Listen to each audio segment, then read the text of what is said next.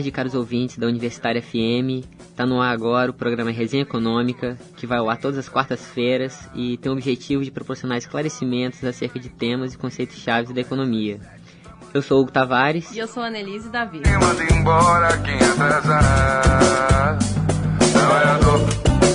E a gente está aqui hoje com a socióloga do trabalho e pós-doutoranda em política social, Lívia Moraes, para falar um pouco para a gente sobre um tema que tem gerado muita polêmica esses dias no país, sobre a terceirização do trabalho e o PL 4330.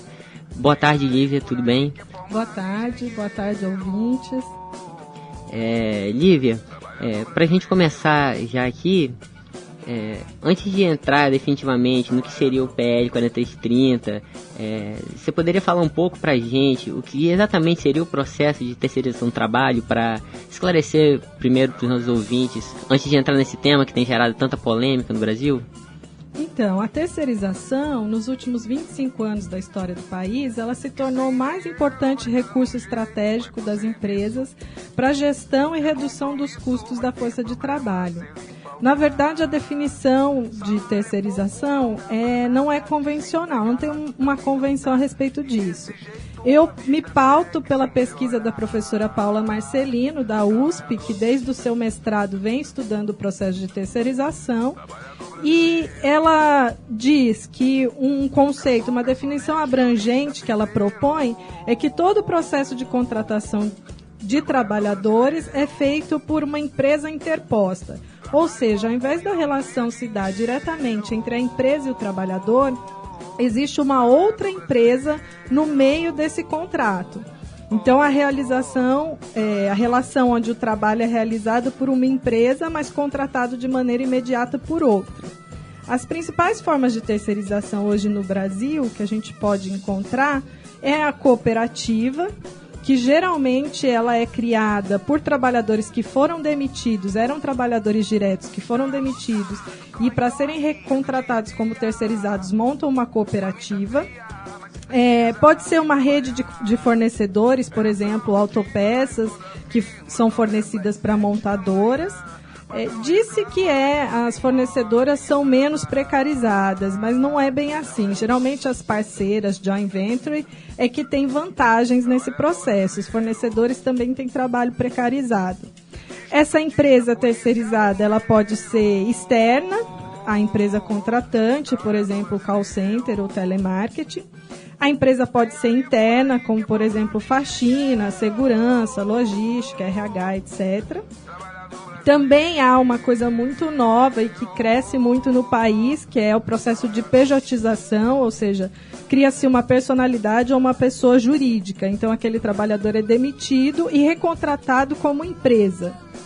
E existe o processo de terceirização em cascata, que aí você terceiriza uma empresa já terceirizada. Então, ela passa a ser terceirizada, quarteirizada, quinteirizada. Esses são os tipos mais comuns. Bom, Lívia, obrigada. E agora que você explicou o que é a terceirização do trabalho em si, o que consiste essa PL 4330? O que há de novo nela? E por que está gerando tanta polêmica?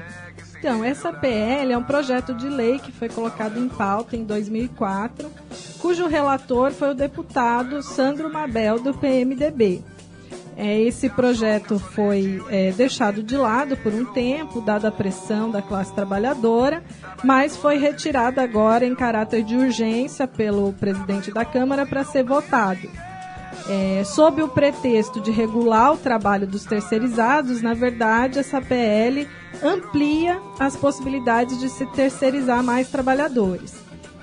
A terceirização ela já vem ocorrendo de forma crescente. Só nos governos Lula e Dilma, o número de terceirizados passou de 4 milhões para 12,7 milhões. O professor Rui Braga, da USP, ele calcula que se essa PL for definitivamente aprovada, ou seja, ela ainda tem que passar pelo Senado, e existe a possibilidade de veto da presidente Dilma, mas isso pode não ocorrer, ou seja, se for efetivado, ele acredita que em cerca de 5 anos o número de terceirizados deve alcançar 28 milhões de trabalhadores. Esses trabalhadores que já foram terceirizados, esses 12,7 milhões, eles precisam realmente de um respaldo. Mas a atual, agora PL 4330, se chama PLC projeto de lei da Câmara 30, não traz esse respaldo. O ideal, na verdade, seria que se revertesse a terceirização. Conforme a notícia do jornal O Valor, de 28 de abril passado, depois de 20 anos em vigor, a terceirização passou a ser proibida na Rússia. Então, essa seria a meta que nós pensaríamos que seria a melhor possível. Lívia, muitos deputados, principalmente os que se consideram mais conservadores, eles defendem que essa PL vai gerar mais desenvolvimento para a economia brasileira. Você concorda com essa afirmação? Há realmente um grupo de pessoas que se beneficia com a terceirização. Quem são essas pessoas? São os capitalistas, os empresários. Segundo uma reportagem da Carta Capital, de 9 de abril, dos 324 votos da Câmara favoráveis à PL 4330, 164 foram dados por integrantes da bancada empresarial da Câmara. Ou seja, 50% dos votos favoráveis veio de deputados federais que são proprietários de estabelecimentos comerciais, indústrias, de prestação de serviço ou do segmento rural. Mas isso só significa desenvolvimento se se pensa o mero desenvolvimento pautado na economia, no lucro dos empresários, porque as consequências para a classe trabalhadora e para o social são devastadoras. Segundo os dados do DIEESE, por exemplo, aumenta o subdesemprego, aumenta o número de contratações sem carteira, as contratações com carteira têm perda de benefícios, o salário é em média 25% menor, há uma piora nas condições de trabalho, não tem uma estabilidade do local e de horário para esses trabalhadores, há uma ampliação em cerca de 3 horas da jornada semanal de trabalho. Eles trabalham sob maior pressão, com a demissão iminente. Há uma diminuição da parte fixa dos rendimentos e ampliação da parte variável. O tempo que eles ficam na empresa é muito menor. Se o contratado direto fica em média 5,8 anos, o terceirizado fica 2,7. Há mais calote aos funcionários. 90% dos flagrantes de trabalho análogo a escravo é de trabalhadores terceirizados.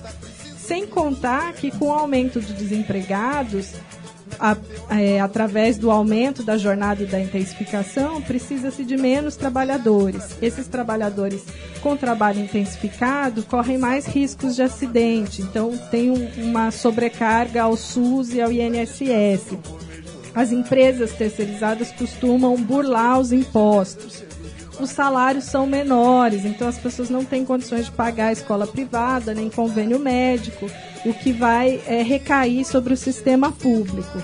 As mulheres, os negros, a população LGBT e os imigrantes que já têm condições desfavoráveis no mercado de trabalho tendem a se submeter a condições ainda piores. O consumo via crédito pode ser aprofundado, porque as pessoas vão recorrer a cartões de créditos, empréstimos para fazer as suas compras, já que os salários serão menores. E existe, então, a possibilidade, com o aumento do desemprego, do reforço do encarceramento em massa. E, por isso, a redução da maioridade penal também tem relação com esse processo. Lívia, muito obrigada. E eu gostaria de saber se você tem mais algum comentário a fazer, mais alguma coisa que você gostaria de colocar sobre a PL. Então, eu queria colocar que o ponto mais polêmico da PL é a terceirização da atividade fim. O que é isso? Dentro de uma escola, por exemplo, a atividade fim é feita pelo professor. Dentro de uma indústria, a atividade fim é feita pelo metalúrgico. Até então, havia uma proibição quanto a isso. E a partir da aprovação, na forma como foi feito na Câmara, isso pode ocorrer. O que pode gerar mais problemas para a classe trabalhadora. Houve uma retirada da terceirização de serviços públicos da PL, mas no mesmo dia que foi retirada, o Supremo Tribunal Federal recolocou em pauta a ação direta de inconstitucionalidade 1923 e considerou constitucional a terceirização da gestão de serviços públicos essenciais por organizações sociais e ainda sem licitação, ou seja, coincide com a terceirização. Foi desengavetada pelo STF também a ADI 1625, sobre a dispensa arbitrária, ou seja, demissões coletivas, e deve ser votada em breve. foram votadas as medidas provisórias 664 e 665, que dificultam o acesso à pensão e ao seguro-desemprego. E está passando agora por comissões. Em breve será votada na Câmara a mudança conceitual do trabalho análogo à escravidão. E a bancada ruralista quer desvincular a jornada exaustiva e trabalho degradante e deixar apenas o conceito vinculado à violência física. Ou seja, nesse momento a gente tem diversos ataques vindo do próprio governo à classe trabalhadora. Mais uma vez, então, gostaríamos de agradecer a sua presença aqui, Lívia. Foi um prazer muito grande ter você aqui contribuindo para o nosso programa. E, bem, caros ouvintes, esperamos que nós tenhamos contribuído para esclarecer, atualizar e estimular alguns pontos sobre esse projeto e incentivar a opinião sobre vocês quanto à importância desse tipo de discussão. Caso haja alguma dúvida ou sugestão, o nosso e-mail é peteconomiaufs@gmail.com. Não deixem de contribuir para o nosso programa, a participação de vocês é muito importante. Nós temos também todos os nossos outros programas online no site da Rádio Universitária.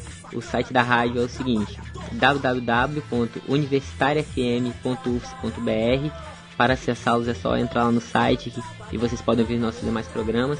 E, por fim, uma boa tarde para todos.